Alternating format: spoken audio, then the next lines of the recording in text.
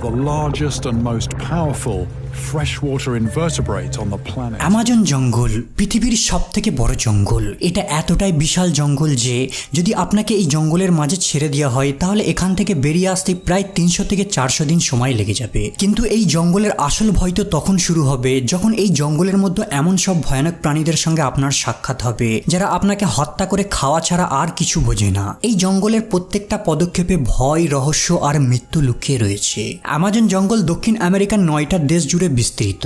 Brazil, Peru, Colombia, Venezuela, Ecuador, Bolivia, Guyana, Suriname আর French Guiana. কিন্তু এই জঙ্গলের সবথেকে বড় অংশ প্রায় 60% ব্রাজিলে রয়েছে। এই জঙ্গলের টোটাল এরিয়া 5.5 মিলিয়ন বর্গ কিলোমিটার, মানে দুটো ভারতের সমান বিশাল বড় জঙ্গল। এখন ভাবুন এই জঙ্গলটা কত বড় হতে পারে। এই জঙ্গলটা এতটাই ঘন যে স্যাটেলাইটের নজর এই জঙ্গলটাকে সম্পূর্ণরূপে ভেদ করতে পারে না। আর এই ঘন জঙ্গলের প্রত্যেকটা গাছের পেছনে ওত পেতে বসে আছে একটানা একটা বিপদ আর একটানা একটা নতুন রহস্য।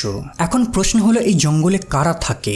এখানে বাস করে পৃথিবীর সবথেকে ভয়ানক প্রাণী, এমন কিছু প্রাণী যাদের বিজ্ঞানীরাও এখনো জানে না। এখানের প্রত্যেকটা শব্দের পেছনে লুকিয়ে থাকতে পারে শিকারী যাদের বোঝার পূর্বেই আপনার মৃত্যু হয়ে যাবে। সর্বপ্রথমে আলোচনা করা যাক এখানের সবথেকে ভয়ানক প্রাণী যারা জলে স্থলে লুকিয়ে আপনাকে দেখতে থাকে কিন্তু এর উপস্থিতি সম্পর্কে আপনার কোনো সেন্স থাকবে না। নাম গ্রিন অ্যানাকোন্ডা।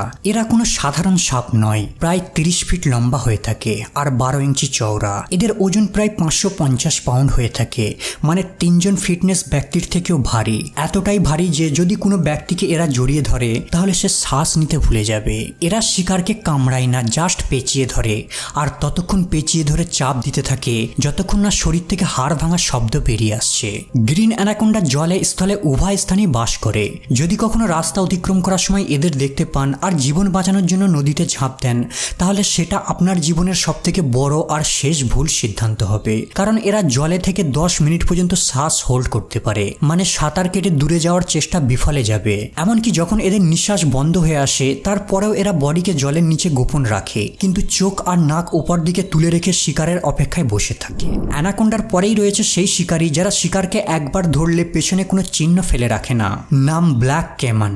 এরা কুমির, কিন্তু কোনো সাধারণ কুমির নয়। এদের দাঁত স্টিলের থেকেও শক্ত। এরা তাদের শিকারকে কামড়ে ধরে জলের মাঝে টানতে থাকে আর এখানেই তার জীবন শেষ হয়ে যায়। কিন্তু এই জঙ্গলের সবথেকে ভয়ঙ্কর শিকারী তারাই হয়ে থাকে যারা সাইজে ছোট, সুন্দর দেখতে আর শান্ত থাকে। এখানে এমন এক ধরনের ব্যাঙ রয়েছে যাদের গায়ের রং অসাধারণ, কিন্তু এদের শরীরে এমন এক বিষ রয়েছে যার দ্বারা 10 থেকে 15 জন মানুষকে মারতে সক্ষম। অ্যামাজন জঙ্গলের স্থানীয় অধিবাসীরা এই ব্যাঙগুলোর বিষকে কালেক্ট করে তাদের তীরে লাগায় শিকার করার জন্য। সম্পূর্ণ অ্যামাজন জঙ্গলে এই ধরনের লক্ষ লক্ষ ছোট ব্যাঙ দেখতে পাবেন, আর যেই ব্যাঙ যত বেশি সুন্দর হবে মনে রাখবেন সেই ব্যাঙ তত বেশি বিষাক্ত। এই জঙ্গলে মাটির নিচে পাতার পেছনে এমন কিছু ঘুরে বেড়ায় যা কোনো দুঃস্বপ্নের থেকেও কম নয়। লম্বা, কালো আর 100 পাওয়ালা ক্ষুদ্র প্রাণী, নাম অ্যামাজন জায়ান্ট সেন্টিপিড। এরা ছোট কীট পতঙ্গদের শিকার করে আর ধীরে ধীরে তাদের খেতে থাকে। এরা সাইজে ছোট হতে পারে কিন্তু এদের বিষ মানুষের নার্ভাস সিস্টেমকে ফেল করে দিতে পারবে। এরপরে রয়েছে অ্যামাজনের আসল রাজা জ্যাগুয়ার। এদেরকে বাঘের মতো দেখতে লাগে কিন্তু এরা তাদের থেকেও অনেক গুণ বেশি ভয়ানক। এরা গাছের ডালে চড়তে পারে, আবার জলেও সাঁতার দিতে পারে। এরা রাতেও দেখতে পায় আর যখন এরা আক্রমণ করে সোজা টুটি চেপে ধরে হত্যা করে। এদের বাইট ফোর্স চিতা আর বাঘের থেকেও অনেক গুণ বেশি হয়ে থাকে। অ্যামাজন জঙ্গল কেবল বিষাক্ত আর আক্রমণাত্মক প্রাণীদেরই ঘর নয়। এখানে এমন কিছু আদিবাসীরা বাস করে যারা আজ পর্যন্ত জানে না সভ্য দুনিয়া কেমন। তাদের কাছে অ্যামাজন জঙ্গলটাই তাদের গ্রহ। এমন আদিবাসী যারা হাজারো বছর ধরে এই জঙ্গলের ভিতর বসতি গড়ে তুলেছে। এরা জঙ্গলের এতটাই গভীরে বাস করে যেখানে রাস্তা যায় না, না রয়েছে কোনো ইন্টারনেট, না স্যাটেলাইটের নজর, কেবল জঙ্গল আর জঙ্গলি শব্দ।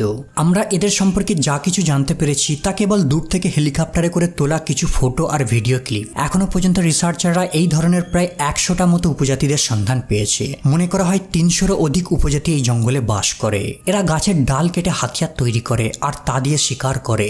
আর সব থেকে বড় কথা হলো এরা বাইরের জগৎকে ভয় পায় আর ঘৃণা করে, কারণ যখনই বাইরের মানুষেরা এদের সঙ্গে সম্পর্ক গড়ে তোলার চেষ্টা করেছে তারা এদেরকে কেবল রোগ দিয়ে গেছে, যা তাদের কাছে এগুলো নতুন।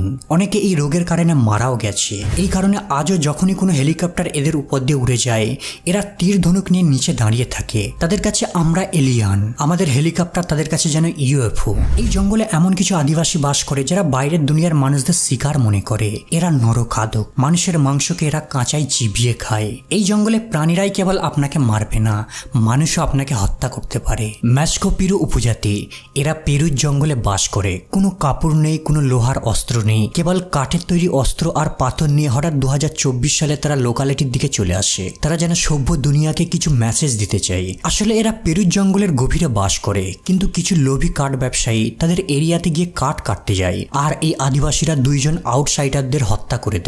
এই উপজাতিদের সম্পর্কে সবথেকে রহস্যময় বিষয় হলো এদের অস্তিত্বের ইতিহাস সম্পর্কে বইয়েতে সঠিক কোনো তথ্য তুলে ধরা হয়নি। এই জঙ্গলের মাঝ দিয়ে বয়ে চলেছে এক বিশাল নদী। এই নদীটা কেবল অ্যামাজন জঙ্গলের সবথেকে বড় নদী নয়, বিশ্বের মধ্যে সবথেকে বড় নদী অ্যামাজন রিভার।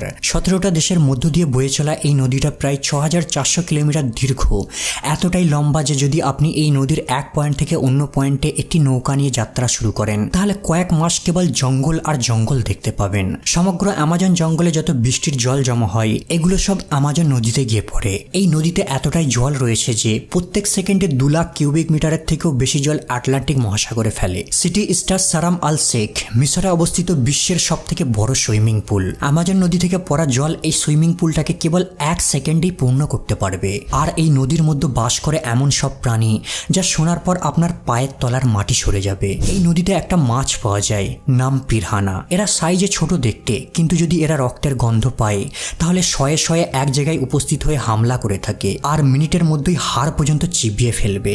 এই কারণে শরীরে ক্ষত দাগ থাকলে ভুলেও এখানের জনগণ অ্যামাজন নদীর জলে পা রাখে না।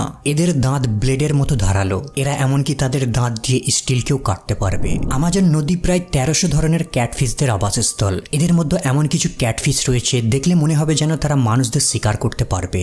আবার কিছু ক্যাটফিশ রয়েছে যাদের হিংস্র প্রাণীদের মতো ধারালো দাঁত রয়েছে। কিন্তু এই নদীর সবথেকে ভয়ানক প্রাণী তারাই যারা সাইজে ছোট হয়ে থাকে। এমনই অ্যামাজন নদীর একটি আতঙ্ক হলো ক্যান্ডিরু। এদের সাইজ 1 ইঞ্চি হয়ে থাকে, একটা সূচের মতো দেখতে, কিন্তু এদের সাইজ থেকে জাজ করবেন না। এরা পরজীবী প্রাণী যারা প্রাণীদের ব্লাড খেয়ে বেঁচে থাকে। এরা অ্যামোনিয়া আর ইউরিয়ার গন্ধে অ্যাট্রাক্ট হয় যা প্রস্রাবে উপস্থিত থাকে। এই কারণে যখন কোনো ব্যক্তি অ্যামাজন রিভারে কাপড় ছাড়া নেমে জলে প্রস্রাব করে, এই মাছগুলো অ্যামোনিয়ার গন্ধ পেয়ে দ্রুত পুরুষের গোপন অঙ্গের দিকে সাঁতার কেটে চলে আসে আর মূত্রনালী ভেদ করে শরীরের ভিতর ঢোকার চেষ্টা করে। আর এদের শরীরে রয়েছে অসংখ্য কাঁটা যার সাহায্যে টাইটভাবে আটকে যায়। এতটাই টাইটভাবে আটকে যায় যে ডক্টরদের অপারেশন করতে হয়। যদি এদের বের না করা হয় তাহলে এরা শরীরের অংশকে খাওয়া শুরু করে দেবে। 1979 সালে এদের দ্বারা প্রাইভেট পার্টে আক্রমণ হওয়ার ঘটনা সর্বপ্রথম মানুষের দৃষ্টিতে আসে। এই প্রাণীটার বিষয়ে সবথেকে ভয়ানক ব্যাপার হলো এরা সাইজে এতটাই ছোট যে এদেরকে সহজে দেখা যায় না। অ্যামাজন নদীর আরও একটা ডেঞ্জারাস প্রাণী হলো ইলেকট্রিক ইল।